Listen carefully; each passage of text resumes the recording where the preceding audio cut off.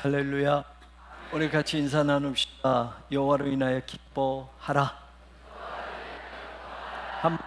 여호와로 인하여 기뻐합시다.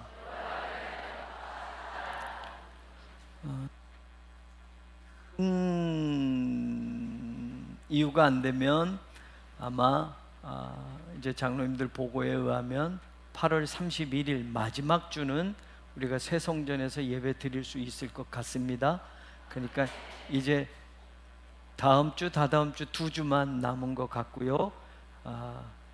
적어도 좀 더 늦어지면 9월 첫째 주 아니면 8월 31일은 새성전에서 예배 드릴 수 있을 것 같아요. 공지를 하겠지만 또 계속 여기 나오시면 안 돼요. 이러시면 안 되고 꼭 기억하고 계시고 또 교회에서 또 공지 하나님이 주시는 은혜가 반드시 하나님의 때에 임할 것이고, 지금 여러 가지 어려움들이 있고 그 마지막 잠금들이 딱 그 어려운 상황들에 있는데 여러분들 기도해 주시고 또 헌금해 주시고 함께 동참해 주셔서 잘 마무리되어서 또 새성전에서 하나님을 우리 모두가 되었으면 좋겠습니다. 지랄 총량의 법칙이란 거 들어보셨을 거예요. 몇 해 전 많이 그런 이야기들이 돌았죠. 지랄 총량의 법칙. 지랄이란 말이 좀 언어가 좀 그렇지만 이게 이런 뜻이에요. 어리석거나 분별력 없는 행동이나 말을 한다라는 거. 그래서 우린 지랄하네 이렇게 하는 그런 뜻입니다. 물리학에는 질량 보존의 법칙이란 게 있고, 이건 그냥 속설로 나오는 법칙을 이야기하는 거예요. 사회학자나 또 심리학자들이 말하는 것에서 정설은 아니지만 사람들은 말입니다, 평생 동안 겪는 지랄이라는 게 있다라는 거예요. 모든 사람이 다 얌전한 거 착한 거, 모든 사람은 평생 동안 지랄을 떨 수 있는 그게 있대요. 총량이 있대요. 근데 어떤 사람은 청소년기에 사춘기에 지랄을 너무 떨어가지고 막 부모님이 근심하고 걱정할 정도로, 그런데 청소년기에 그렇게 사춘기에 그렇게 속색이던 사람이 이제 그리고 시집 장가 가면 그렇게 또 달라져서 얌전한 사람이 되고, 그런데 우리 자식 정말 사춘기도 안 겪고 얌전하게 컸어 하는 사람은 여러분들 긴장하셔야 돼요. 장가 가서 어른이 돼서 지랄을 떠는 때가 있다는 거예요. 그러니까 이건 여러분들 그런 겁니다. 그렇게 하는 이야기들이 있어요. 청소년기에 사춘기에 지랄을 떨지 않으면 언젠간 나이가 들어서 결혼해서 그것을 떨게 될 때 있고, 어렸을 때 하는 사람은 이제 성장하면 얌전해진다라는 거예요. 이거는 정설은 아닙니다만 그렇게 한동안 이야기된 게 있어요. 과학 법칙은 아닙니다. 저희 큰애가 지랄을 떨었어요. 사실 미국에서 제가 부임을 하고 미국에서 8학년 중학교를 마친 겁니다. 미국은 중학교 고학교가 7학년, 8학년이 중학교고 고등학교는 9학년, 10학년, 11학년, 12학년 4년을 하는데, 중학교를 졸업하고 2000 한국으로 왔어요. 동생도 오고. 그런데 적응이 안 되는 거죠. 공부도 안 되고 한국말로 하니 이해도 안 되고, 그래도 미국에서 공부 좀 했다고 하는데 여기 와서는 이게 언어가 안 되니까 도무지 따라갈 수도 없고 여러 가지 어려움들이 있으니까 집에서 문을 주먹으로 꽝꽝 치기도 하고 동생들한테 막 화풀이도 하고 소리도 지르기도 하고 그 다음에 학교를 안 가겠다고 울면서 땡깡도 부리기도 하고 참 어려움이 있었습니다. 그리고 이제 고등학교를 마치고 미국에 가게 됐잖아요.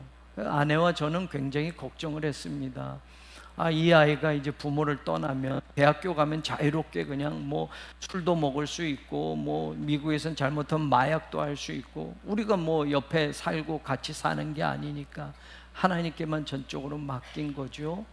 대학교를 졸업하는데 그 다음에 이제 보스턴으로 하버드 덴탈 스쿨에 합격이 돼서 이제 보스턴에 와서 공부를 하는 거예요. 그런데 거기서 정말 좋은 교회를 만났고 좋은 목사를 만났고 또 거기서 좋은 교회를 만났고 또 자비량으로 선교를 다니는 일까지 하면서 좋은 멘토 집사님을 만났어요. 그래서 수시로 그분들에 대해서 저희들한테 이야기를 하면 이제 페이스북으로 페이스타임으로 전화를 하고 뭐 이런 걸 알려주면 그래도 우리는 좀 안심하면서 아이고 얘가 적응을 잘 하나 보다, 하나님께서 인도해 주시는 보다라고 생각을 한 거예요. 그리고 저희는 궁금했죠. 도대체 어떤 목사님일까? 혹여 또 이단 교회나 빠지지 않았을까? 또 어떤 분이길래 멘토 역할을 하면서 부모가 못 해주는 걸 잘해서 신앙으로 많이 성장하게 되었을까? 듣는 말은 많은데 저희가 가서 확인하고 싶고 그분들을 만나고 싶었던 거예요. 몇 해 전 교회에서 3개월 안식월을 주셔서 이제 뉴욕 쪽으로 가서 그분들 이야기만 듣던 그분들을 쭉 다 만나고 나서 아내와 저도 확신이 선 거예요. 참 좋은 분들이구나, 너무 고마운 분들이구나. 부모가 해줄 수 없는 것들을 이분들이 멘토 역할을 해줘서 목사님이, 아버지가 목사지만 아버지 목사 말고 자기가 섬기는 미국교회 목사님을 통해서 신앙이 성장됐고, 아는 집사님을 통해서 인생에 대한 어떤 멘토 역할도 받게 됐고, 그리고 또 교수님을 통해서 신앙적으로 어떤 사람이 되어야 하는가라는 것도 많이 해서 한 뼘이나 성장한 것이 사실이구나. 그분들을 저희가 경험하고 대화를 나누고 보니까 그분들이 정말 좋은 분들이고 훌륭한 분들이구나를 알게 되었습니다. 이 긴 이야기를 왜 하느냐라고 할 때, 여러분, 우리는 누군가를 통해서 누구의 이야기를 듣기도 합니다. 그런데 누군가가 누구의 이야기를 아무리 잘 해주고 이분은 너무 좋은 사람이에요 아무리 해도 내가 그 사람을 만나지 않으면, 그리고 그 사람과 대화를 나누고 그 사람과의 경험을 하지 않으면 누군가가 아무리 좋다고 이야기해도 확신이 서지 않는 겁니다. 하나님에 대해서는 어떨까요? 여러분, 하나님에 대해서는 목사를 통해서 설교도 듣고, 부모님이 신앙생활하는 보면 부모님에게서도 듣고, 뭐 그렇게 해서 하나님에 대한 이야기는 이렇게 저렇게 듣습니다. 예수님 이렇게 저렇게 이야기를 듣습니다. 그런데 정작 그 이야기를 듣는 그분들에 대해서 정말 내 인생에서 그분들을 직접 만나보지 않고서는 그 하나님은 여전히 아버지의 하나님이고 목사의 하나님이지 내 하나님은 될 수 없다라는 이야기입니다. 오늘 아브라함의 이야기가 우리 본문에 나옵니다. 창세기 12장은 아브라함이 하나님을 처음으로 만나게 된 사건을 기술하고 있습니다. 그런데 여러분, 하나님을 처음으로 만나는 겁니다. 그런데 생각해 보면 아브라함은 말입니다, 하나님을 모르는 사람이 아니었습니다. 왜냐? 한번 보세요. 앞에 창세기 12장 앞에 나오는 창세기 11장 뒷부분에 보면 셈의 족보에 대해서 성경은 이야기합니다. 그러면서 셈의 족보에 쭉 셈은 노아의 셈, 함, 야벳 아들 중에 하나입니다. 셈은 노아의 홍수를 경험한 사람입니다. 그 하나님이 이 땅을 심판하실 때 노아와 노아의 세 아들과 그 며느리 3명과 노아의 부인 8명만 이 세상에서 구원받은 가족입니다. 모두가 죽었습니다. 엄청난 사건이 일어났습니다. 셈은 그것을 경험한 사람입니다. 그런데 자식을 낳습니다. 아르박삭을 낳습니다. 홍수 후 2년에 셈이 처음으로 아들을 낳습니다. 그리고 계속 500년 동안 살면서 자식을 낳습니다. 성경에 보면 이 셈이 아들을 낳는데 아르박삭을 낳고 또 셀라를 낳고, 이건 아르박삭의 셀라를 낳는 겁니다. 또 셀라는 에벨을 낳고, 에벨은 벨렉을 낳고, 벨렉은 루, 수룩, 나홀, 데라, 그리고 아브라함까지 낳게 되는데, 셈이 홍수 후에 500년을 더 살면서 100살 때 홍수가 났거든요. 500년을 살면서 자식들을 계속 낳습니다. 그리고 그 자식이 또 자식을 낳습니다. 그 손주들이 또 자식을 낳습니다. 그래서 어디까지 왔느냐? 아브라함까지 옵니다. 아브라함은 셈의 10대 손입니다. 10대를 지나서 아브라함이 태어납니다. 그런데 여러분, 500년을 더 살았다고 이야기하잖아요. 아브라함이 태어날 때 셈의 나이가 몇 살이냐? 392살입니다. 그러면 여러분, 셈은 100살 때 홍수가 나고 500년을 더 살았으니 600세. 아들을 낳은 게 홍수 후에 2년 후 하니까 어떻게 해석하면 602년을 살았다라고도 하기도 하고 600년을 살았다라고도 하는데, 10대 손 아브라함이 태어날 때 셈의 나이는 392살입니다. 390살로도 이야기할 수 있어요. 만 나이로 치면. 그러면 여러분, 600세까지 되려면 210년을 더 사는 겁니다. 셈이. 아브라함이 태어나고서도 10대 손 할아버지가 10대 손자를 보면서 그 다음에 그 손자를 보고 나서도 210년을 더 사는 겁니다. 여러분들 10대 손 할아버지가 누군지 아세요? 10대 손 할아버지를 기억이나 하세요? 못해요. 그런데 그때는 하나님이 그때의 수명을 연장시켜요. 점점 줄어요. 그런데 그 10대 손 할아버지가 10대 손자 아브라함을 낳을 때 390살, 392살. 그러면 아직도 그 10대 할아버지는 210년을 더 사는 거예요. 더 기가 막힌 건 그 손자 아브라함은 175세를 삽니다. 그러면 210년을 더 산다면 10대 손 할아버지가, 10대 손 위의 할아버지가 아브라함보다 더 살게 되는 거예요. 아브라함이 태어날 때 392세, 175세에 아브라함이 죽으니 셈은 아브라함이 죽고도 30여 년을 더 산 거가 되는 거예요. 말이 됩니까? 근데 하나님이 그렇게 하셨어요. 그럼 여러분 한번 생각해 보세요. 셈은 노아 홍수를 경험한 사람이에요. 모두가 죽은 걸 본 사람이에요. 진짜 하나님의 홍수를 일으켜서 이 땅에 재앙이 있구나, 하나님을 믿지 않는 자들이 모두 죽었구나, 하나님의 말씀을 우습게 여기는 자들이 다 죽었구나. 셈은 살아가는 동안 남은 500년의 인생은 다른 어떤 이야기보다 내 자식들, 내 손주들에게 이 이야기는 꼭 전해줘야 됩니다. 직접 경험했으니까. 6.25를 경험한 내 부모님은 6.25가 얼마나 끔찍한지를 내 자식에게도 얘기해 주는 겁니다. 공산당이 얼마나 끔찍했는지, 공산당이 어떤 학살을 저질렀는지, 일제시대를 경험한 할아버지 할머니는 일본 사람들이 얼마나 잔혹하게 조선 사람들을 핍박했는지 그것을 전해주는 거예요. 잘 먹고 잘 살아야 된다, 성공해야 된다가 아니라 이런 끔찍한 일을 내가 겪었단다, 이런 끔찍한 일을 공산당이 이 땅을 점령하고 적화야욕을 했던 그런 시대를 정말로 겪으면서 대한민국의 나라가 이렇게 되었단다. 부모는 그걸 실제로 경험했으면 이것보다 더 중요한 인생의 경험이 없으니 그걸 남겼을 거예요. 그럼 셈은 이 엄청난 일을 경험했으니 자식들을 보고 또 손주들을 보고 또 손주들을 보면 그 이야기를 하는 거예요. 할아버지 할머니들은 손주들에게 옛날 이야기를 늘 해주잖아요. 지금이야 텔레비전을 보고 인터넷을 보고 스마트폰을 보니까 할아버지 얘기가 재미없지만 당시에는 아무것도 없을 때 할머니 할아버지가, 어머니 아버지가 들려주는 그 이야기들이 어린 자식들에게, 어린 손주들에겐 정말 꿈결 같은 이야기로 다 새겨진다는 말입니다. 그러면 여러분, 셈이 아브라함을 낳을 때 390살, 392살이었다면 아브라함이 성장해서 가는 동안 셈은 홍수의 이야기를 전해줬을 거다. 조상들의 이야기, 그 이야기를 할아버지들로부터 계속 들었지만 그 하나님은 내 하나님이 아니었습니다. 비로소 오늘 누군가에게로부터 전해 들었던 그 하나님이 내 하나님이 되는 여정이 시작되는 겁니다. 이건 당연한 가정이고 실제적인 사실일 수 있습니다.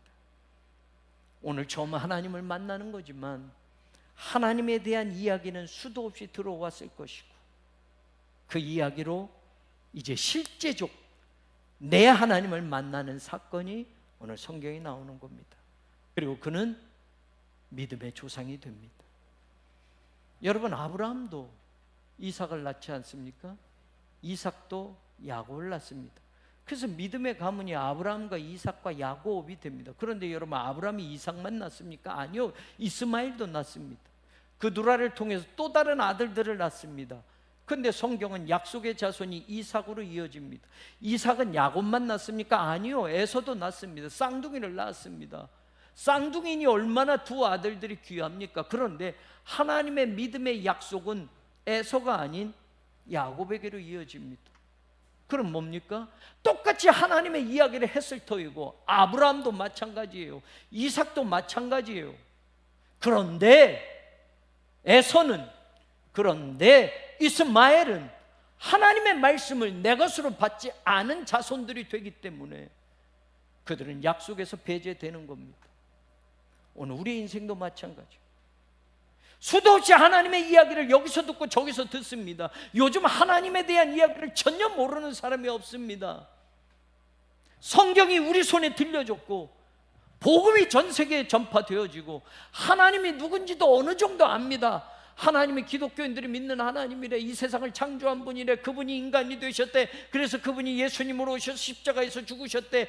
교회를 안 다니는 사람도 어느 정도 이야기를 듣습니다. 그런데 문제는 그들에겐 그 하나님이 내 하나님이 아닌 겁니다. 수도 없이 이야기 들어도, 스쳐 들어도 하나님의 말씀을 내 것으로 붙들지 않는 겁니다.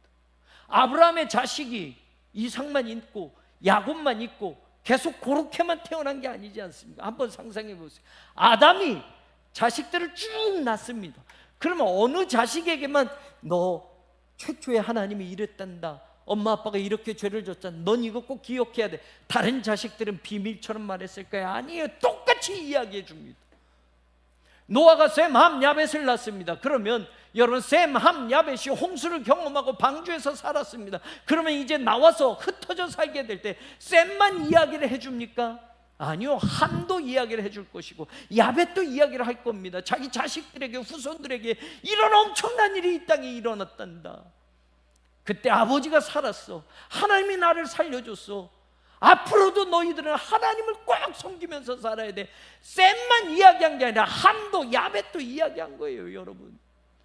근데 그 말씀을 받은 자식들이 있고 그 말씀을 흘려버린 자식들이 있는 겁니다. 오늘 여러분의 자녀들은 어떻습니까? 아버지가 교회를 다닙니다. 어머니가 하나님을 믿습니다. 그런데 여러분의 자녀들 가운데 똑같이 하나님을 믿는 자녀들, 똑같이 그 믿음을 가지고 살아가는 자녀들이 있습니까? 아니요. 엄마 아버지 하나님으로 취부하고 나는 하나님 안 믿어도 돼 하는 자녀들이 있는가 하면 그 신앙을 이어가는 자녀들도 있습니다. 할아버지 라멕에게 아담이 전해준 이야기도 아브라함은 들었습니다. 노아의 홍수의 이야기도 들었습니다. 에덴 동산의 이야기도 들었습니다.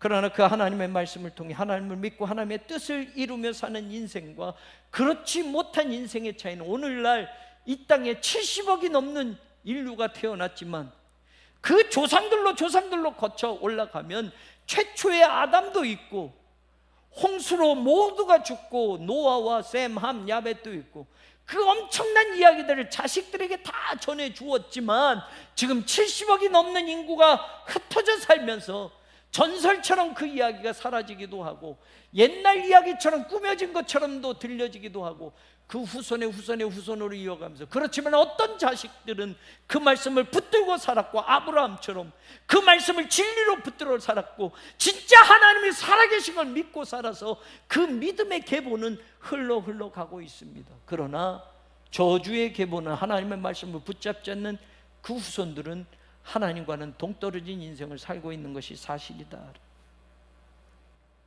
고향, 친척, 아버지 집을 떠나야 하는 건 그런 의미입니다. 절연하고 만나지 마라 라는 게 아닙니다. 부모와 헤어져라, 자식과 헤어져라 라고 말하는 게 아닙니다.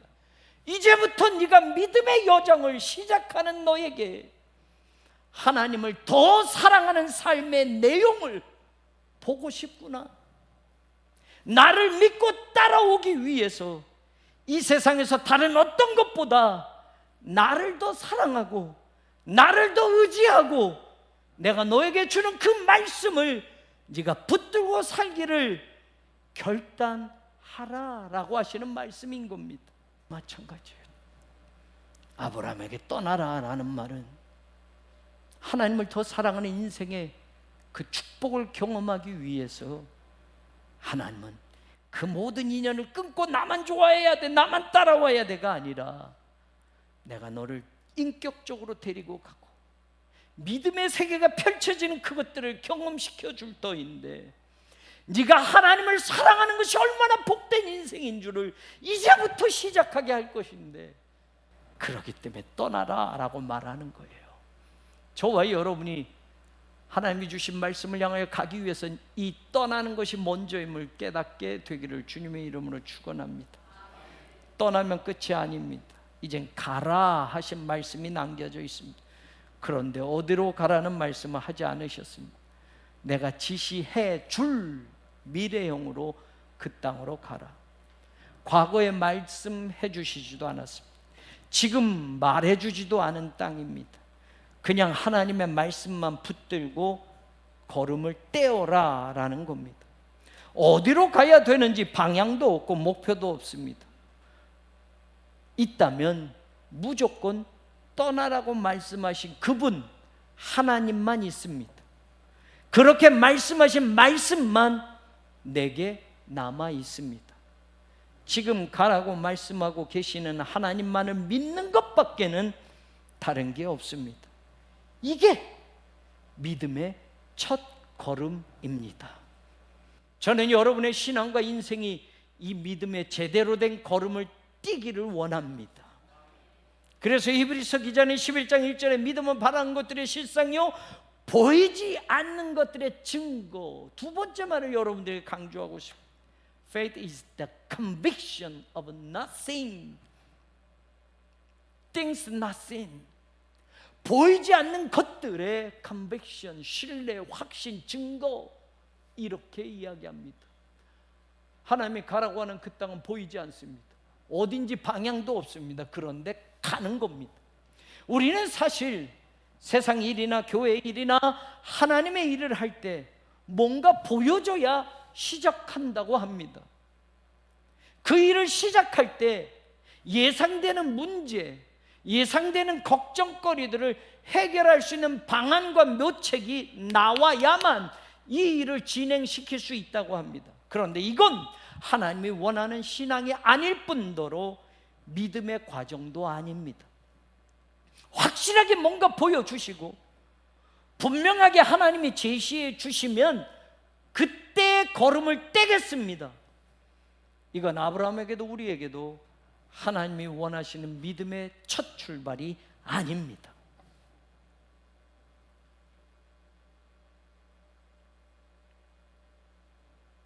길게는 9년이요. 실제 시작부터 지금까지 한 5, 6년 걸린 성전 건축 과정은 하나님이 우리 교회의 믿음을 보시기 위한 과정들이었다고 얼마 전 기도하면서 다시 한번 그런 마음을 하나님이 주셨습니다. 왜 이렇게 길어지고 왜 이렇게 어려움이 있고 왜 이렇게 결정되어지는 것들이 상상할 수 없는 일들이 이렇게 생겨질까라고 기도했을 때 너희의 믿음을 보기 위한 과정이다라는 말씀, 생각을 주셨습니다. 그러면서 우리 교회 전체 믿음을 보시기 위함도 있고 이제까지 우리 교회를 섬겨왔다고 하는 여러분 각자의 믿음도 보시기 위함이었다라는 것을 깨닫게 되었습니다.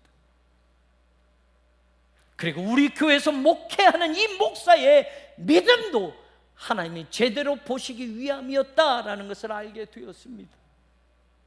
분명히 살아계시는 하나님을 느끼면서 저는 두려움이 있었고 살아계신 하나님이 분명히 우리 곁에 계심을 확인하면서 떨림이 있었습니다. 이 긴 성전 건축의 과정을 지나오면서 89년의 세월이 그냥 흘러서 여기까지 온 것이 아니라는 걸 이제까지 이전에 우리 새로운 교회를 지켜온 믿음의 사람들의 한 사람 한 사람의 눈물, 헌신, 희생, 감사, 기도, 예배, 그 모든 것을 89년 동안 하나님은 분명하게 세밀하게 보고 계셨다라는 것, 그리고 그 각자의 믿음을 하나님은 절대로 잊지 아니하시고 기억하고 계신다는 것을 저는 여러분들에게 분명하게 말씀드릴 수 있습니다. 하나님은 아브라함에게 분명히 말씀하십니다. 내가 네게 보여줄 땅으로 가라. 믿음이 복잡하고 어렵다고 생각하는 분들이 계십니까? 도대체 믿음이 뭔지 모르겠다고 하는 분들이 있습니까? 내가 어디로 가야 하는지를 하나님께 먼저 확인해 보고자 할 때 그때 어려워집니다. 확실한 뭔가 보여주시고 담보를 주셔야 내가 하나님과 믿음의 계약을 하겠다고 할 때 그 믿음은 세상적으로 변질되어져 버립니다. 하나님이 가라고 하면 가고 서라고 하면 서는 게 믿음입니다. 나한테 득이 되나? 나한테 손해가 되느냐를 따져서 가는 건 믿음이 아닙니다. 하나님이 가라고 하셨기 때문에 그것이 설사 지금 당장 나에게 손해가 돼도 가는 것, 그게 믿음입니다.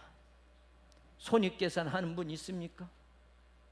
이거 큰일 났네, 이쯤에서 발을 빼야지 하는 분 있습니까?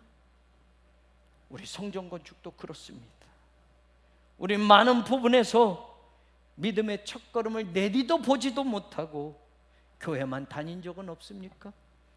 하나님께 먼저 보여달라고 투정을 합니다. 뭔가 확실한 게 있어야만 일하겠습니다.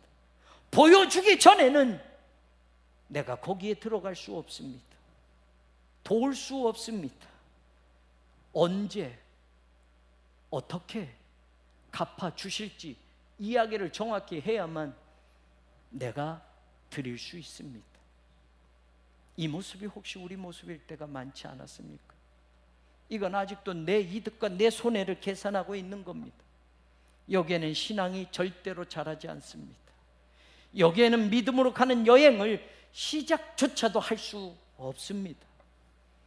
저는 이 성전건축의 기나긴 과정을 보면서 여러분의 목사로서 때로는 눈물 흘리는 성도의 그런 이야기들, 또 그 헌신에 한없이 눈물을 흘릴 때도 있고, 어떤 때는 이 정도밖에 믿음이 안 되는 건가?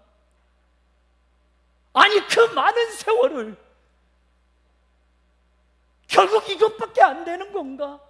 그래서 눈물이 흐른 적도 있습니다.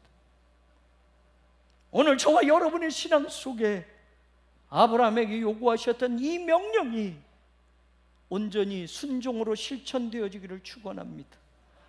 지금은 확연하게 보여지지 않아도 하나님을 믿고 우리가 떠나야 할 것들에서 떠나고 하나님이 지시할 땅으로 나아가는 우리 교회가 되기를 바랍니다. 방향이 없어도, 눈으로 보이는 것이 없어도 하나님이 계시고 하나님의 말씀이 있으니 충분히 시작해도 되는 겁니다. 시작할 이유가 세상에 있는 것이 아니라 하나님에게, 하나님의 말씀 안에 있는 것입니다. 그게 믿음으로 하는 진짜 여행입니다. 믿음의 여행은 패키지 여행이 아니에요. 얼마 내면 어디 가서 어느 식당에서 어떤 음식을 먹고 어디 가고 무엇을 하고 무엇을 해서 패키지로 여러분들이 여행하는 거, 그건 믿음이 아니에요. 내가 하나님 요만큼 했으니 하나님 또 요거 해주실 거고 어디 가면 또 이런 거 주실 거고, 아니요. 믿음의 여행은 배낭 여행입니다. 어떤 일이 일어날지 모릅니다. 그러나 하나님이 계시니까, 하나님이 나와 함께 동행하실 거니까, 하나님이 가라고 말씀하셨으니까 믿음의 배낭 하나 메고 가는 게 믿음의 여행입니다. 그런데 우리는 대부분 패키지 여행을 좋아합니다. 리스크가 없습니다. 어려움이 안 찾아올 겁니다. 그대로 가고 그대로 그 자리에서 주는 것, 그렇게 되어진 것들이 약속되어진 대로만 확인하면 그 여행은 다 맞춰질 수 있기 때문에 그렇습니다.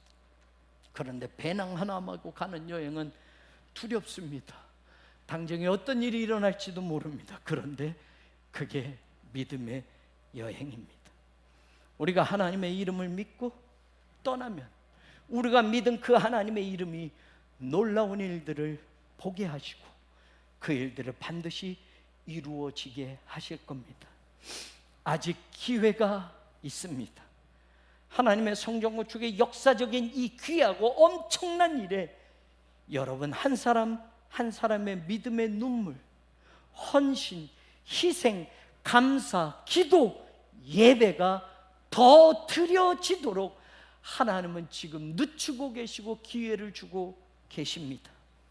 마지막까지 남은 그 한 사람의 헌신과 기도와 감사와 눈물까지 더 필요하여서 하나님은 기다리고 계십니다. 그 주인공이 지금 여러분이 되기를 바랍니다. 하나님이 아브라함에게 약속하신 그 말씀이 동일하게 여러분의 것이 되는 날이 찾아올 줄로 믿습니다.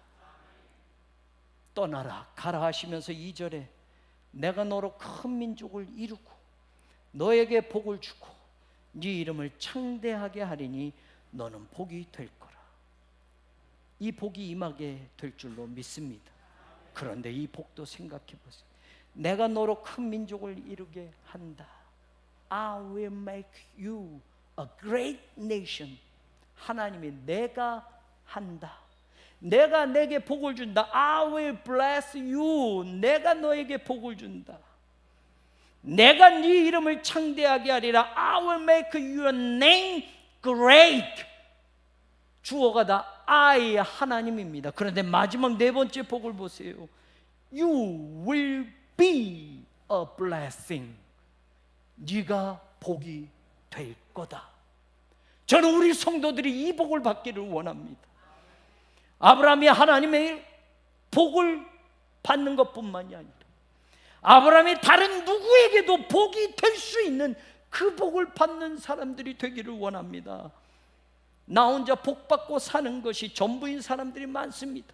하나님이 내게 복 주신대, 하나님이 내 이름을 위대하게 하신대, 하나님이 우리 가문을 쓰신대, 하나님이 나를 통해서 위대한 나라를 만드신대. 이 복 엄청난 복입니다. 그런데 이 복을 받고도 You will be a blessing. 네가 복이 된다라고 하는 이 복을 놓치면요, 하나님 믿고 나 이런 복 받았어 하는 사람은 많은데 하나님이 주신 그 복을 내가 복이 되어서 다른 사람들에게 주는 복된 인생을 사는 사람들까지는 많이 보지 못했다는 겁니다.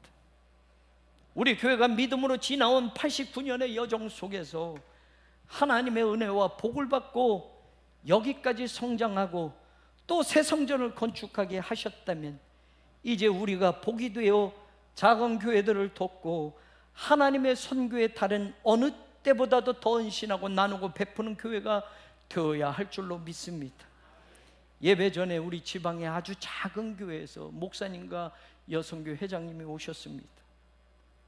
새로운 교회가 어렵다는 말을 듣고 자기는 너무 작은 교회지만 큰 도움이 될 수는 없겠지만 자기들이 헌금을 모았다는 겁니다. 그리고 그 헌금을 가지고 왔어요. 정말 얼마 안 돼요. 그런데 하나님이 갑자기 그런 마음을 주셔서 기획위원회에 이야기를 했더니 모두가 찬성을 하고 교인들이 헌금을 모았습니다. 이 헌금을 제압해주고 축복기도 좀 해주세요 하는데 눈물이 많이 났어요. 그 액수는 어쩌면 우리 교회 공사 전체에 비해서는 보잘것없는 액수일지 모르지만 그 목사님에게 그 성도들 전체에게 아무런 거부감 없이 그런 마음을 주셨고 오히려 우리가 그런 어려운 교회들을 돕는 교회가 되어야 하는데 그 작은 교회가 모두 헌금을 열심히 모아서 오늘 가지고 오고 떠나셨습니다. 네가 복이 될지라. 여러분, 내가 많은 걸 받아서 줄 수 있는 인생이 아닌 거예요. 네가 위대한 나라가 될 거야. 네 이름이 위대하게 될 거야. 내가 너를 복 줄 거야. 우린 여기만 매달려 있습니다. 그런데 You will be a blessing. 네가 복이 돼. 내가 복이 되면, 내가 복이 되어서 하나님의 사람들에게, 아니 이 땅의 사람들에게 그 복을 나누어주는 인생을 살 수 있다는 말입니다. 그래서 3절 마지막에 땅의 모든 족속이 너로 말미암아 복을 얻을 것이라 라고 하는 위대한 축복을 하지 않습니까? 아브라함이 복이 되었으니 이 땅의 모든 족속이 아브라함으로 말미암아 복을 받을 것이, 하나님으로 복을 받는 게 아니라, 하나님이 이 땅 모든 족속을 복 준다가 아니라, 이 땅의 모든 족속이 아브라함으로 말미암아 복을 얻게 된다라고 하십니다. 물론 예수 그리스도의 오심을 말하는 구절이지만 우리에게도 똑같습니다. 믿음으로 떠나고 믿음으로 가는 사람들에게 아브라함에게 주시는 그 복이 동일하게 임할 줄로 믿습니다. 우리를 통하여 큰 민족을 이루거나, 우리가 복을 받아서 이 땅에서 하나님이 주신 것으로 잘 살게 되거나, 우리의 이름이 위대하게 되는 그런 복도 중요하지만, 마지막 너는 복이 될 거야 라는 이 복까지 받을 수 있는 사람들이 되기를 원합니다. 내가 복이 되어서 나로 인하여 누군가 하나님이 주시는 그 복을 누릴 수 있게 된다면, 나 혼자 복 받는 그 복보다 더 값지고 더 귀하고 더 은혜가 충만한 복된 인생을 사는 것이 되는 겁니다. 지금이라도 아브라함에게 주신 그 말씀을 내 것으로 붙잡고 떠나십시오. 그리고 그 말씀을 믿고 가십시오. 그 걸음걸음마다 하나님의 은혜와 기적이 보여질 것이고 나타날 줄로 믿습니다. 너는 너의 고향과 친척과 아버지 집을 떠나 내가 너에게 보여줄 땅으로 가라. 내가 너로 큰 민족을 이루고 내게 복을 주어 내 이름을 창대하게 하리니 너는 복이 될지라. 너는 복이 될지라. 너는 복이 될지라. 믿음으로 떠나고 믿음으로 가는 그 여정에 너는 복이 될지라. 그 말씀이 우리 교회와 우리 성도들의 개인과 여러분들 가정 속에서 이루어지는 그 축복이 반드시 찾아올 줄로 믿습니다.